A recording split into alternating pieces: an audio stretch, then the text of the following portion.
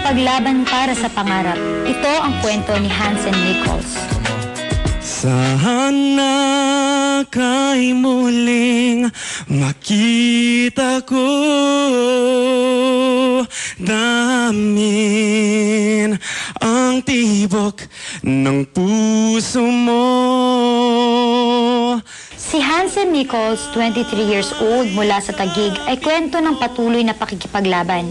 Iniwan niya ang Amerika kung saan siya lumaki para makilala ang kanyang lahi. Mag-isang naninirahan dito sa Pilipinas para abutin ang kanyang mga pangarap. Ako po si Hansen, and I think the most interesting fact about me is that I am a cancer survivor. Pero ang pakikipaglaban niyang ito ay hindi lang dito nagsimula. Maagang naghiwalay ang kanyang mga magulang at sa edad na 18, hamon na sakit na cancer ang kanyang hinarap. 18 years old siya nang maaksidente at dahil sa impact nito, may lumabas na bukol sa kanyang leeg. I got into a very big car accident, mga 5 cars. I was the 4th one in line. And then parang may lumabas dito sa neck ko. And then I was told I could never sing again. Pagkatapos ng surgery, it was hard when I first, pag nalaman ko na may cancer ako. Pero hindi siya tumigil sa pakikipaglaban.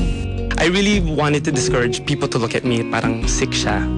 So I thought baka yan ang tingin ng mga tao sa akin na parang ay may cancer siya, parang kawawa naman. Sige, 'di ba?